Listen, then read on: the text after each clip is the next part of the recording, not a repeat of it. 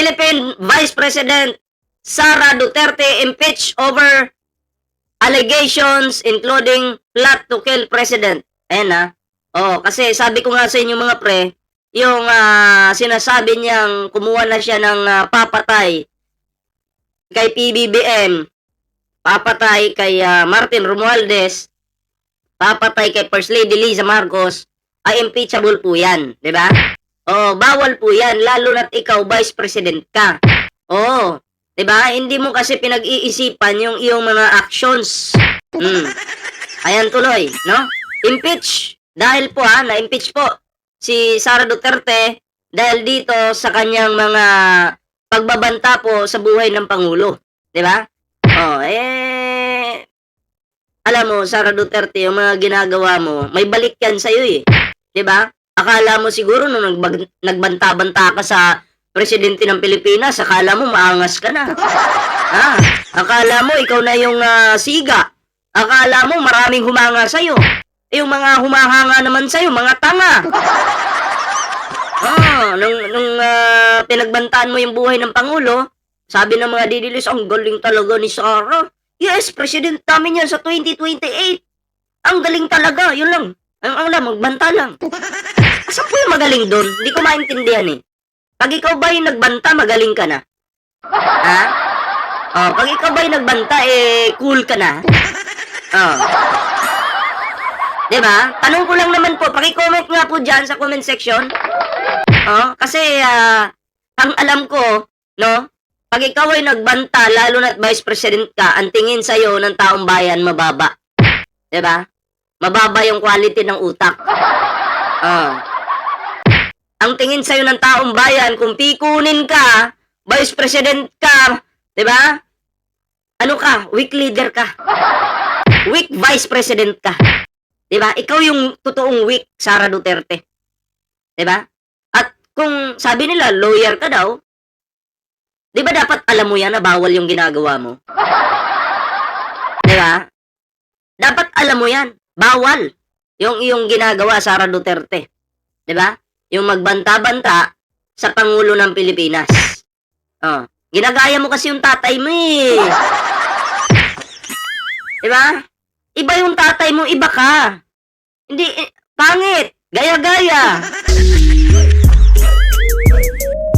Tatakdutaing nga talaga. Shout out po sa mga nagko-comment dyan sa ating live ngayon. Ano daw?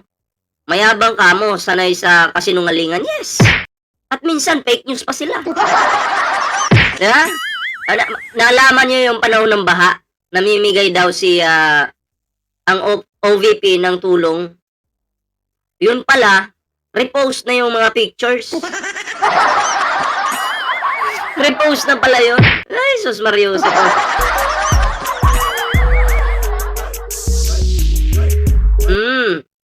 Repost na po pala. Kaya, alam niyo mga pre, ako na po yung nahihiya sa ating Vice President. Kasi yung kanyang ginagawa ngayon isang malaking kahihiyan sa ating bansa. 'Di ba? Mabuti pa nga po yung Pangulo natin gumagawa ng action sa gyera sa ibang bansa.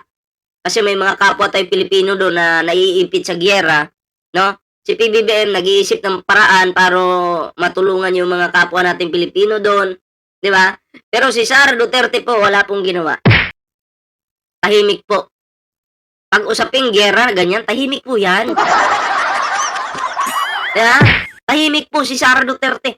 Walang kibo. Diba? Wala pong kibo yan. Si PBBM nagbibigay ng update sa atin. Tapos ang gusto naman ng mga tangan didilis na to, mga pre, abay, i-rescue na daw natin yung yung kapwa natin Pilipino doon na naiipit sa gyera. Isarado nga yung airport eh. Ang gagawin mo? Ano i-rescue yun? Diba? Kaya nga minumonitor muna natin ng Pangulo kasi baka mamaya may solusyon, may paraan. So, may plano. Hindi yung agad-agad. Nagigets nyo yun? Sarado yung airport. Saan ka pupunta? I-rescue na daw po agad. Kasi kung si Digong lang daw po yan, abay, nandun na daw si Digong. Tangina. Wala pong gano'n. Hindi po mahal ni Digong mga OFW.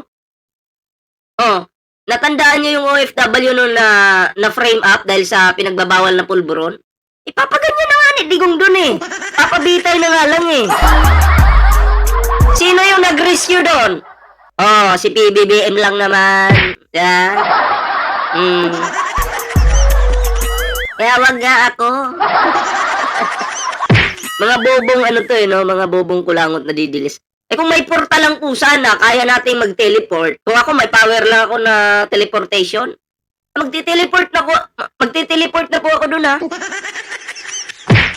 Para ma-rescue yung ating kababayan dun.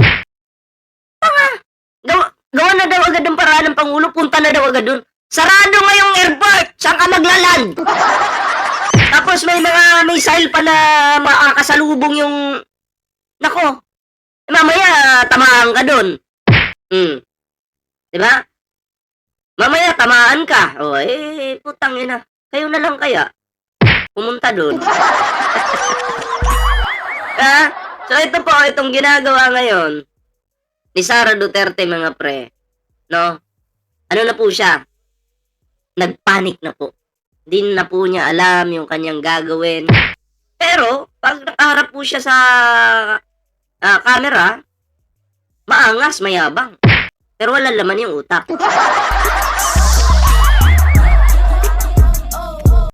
Sorry mga DDEBs, ha. Yun kasi yung tingin ko sa inyo, eh. Weak kayo, weak. Diba? Weak, mahina lang kayo. Promise. Oh. Lalo na yung inyong sinasamba ngayon na si Sara Duterte. Weak leader yan. Diba? Weak. Walang ambag sa Pilipinas. Kaya mag-hashtag na lang po tayo. Pag si Sara Duterte yung topic, hashtag na lang po tayo. Dora the Explorer, Philippine version.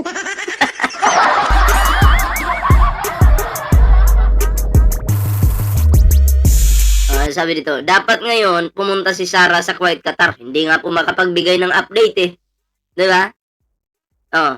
Kasi sabi ng mga DDS, oy, bakit ano ka na ngayon? Reporter ka na? Reporter na daw po si PBBM kasi nagbibigay ng update sa atin. Pag nanahimik naman po yung Pangulo sa usaping ganyan, sasabihin naman nila walang ginagawa yung Pangulo, walang update. Diba mga tanga? Oh. Lahat. Ang Pangulo kasi natin, ano yan, eh, kumbaga, ano siya? Siya yung, kahit hindi niya trabaho, gagawin niya. Meron po siyang initiative. Diba? May initiative po ang ating mahal na Pangulo, mga pre. Kaya nga, saludo po tayo dyan, eh. Diba? Si Sara Duterte, wala. Pag sinabing, hindi ko naman trabaho yan. Hindi daw niya trabaho. Kaya hindi po siya magsasalita. Oh. Pag DDS, totoo po yan, weak. Diba? Weak. Kaya pabor po ako dyan sa mga sinasabi ninyo. At shoutout po sa mga ano natin dyan, sa mga nagko-comment sa ating live ngayon. Okay, sino ba itong mga nagko-comment na to? Oh, yan, nakikita niyo yung pangalan niyo dyan. Siyempre, ano tayo dyan? Magkapi-kapi tayo, ha? Mukhang walang ano ngayon, ha? Mukhang walang DDEBs na matapang na nagko-comment sa atin, ha? Mukhang wala. Nagbablog din si PBBM. Yes, kasi meron din naman pong YouTube channel si PBBM. Meron din pong Facebook page, di ba? Doon po tayo kumukuha ng update. Pero si Sara Duterte, anong ginagawa pag may baha sa Pilipinas? Sabi ng mga DDS, tumutulong si Sara. Ayan yung mga tulong.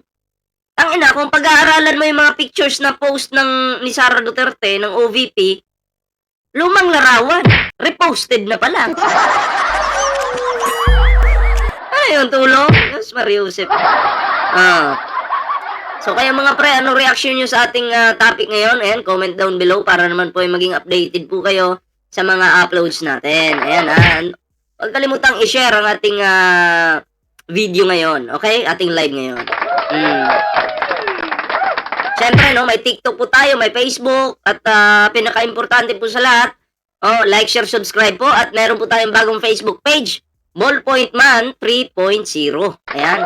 Bago po yan mga pre, ha? Bago. Pero syempre, yung 2.0 natin, nandyan na po yan. Meron na pong 253,000 followers yan. Ayan.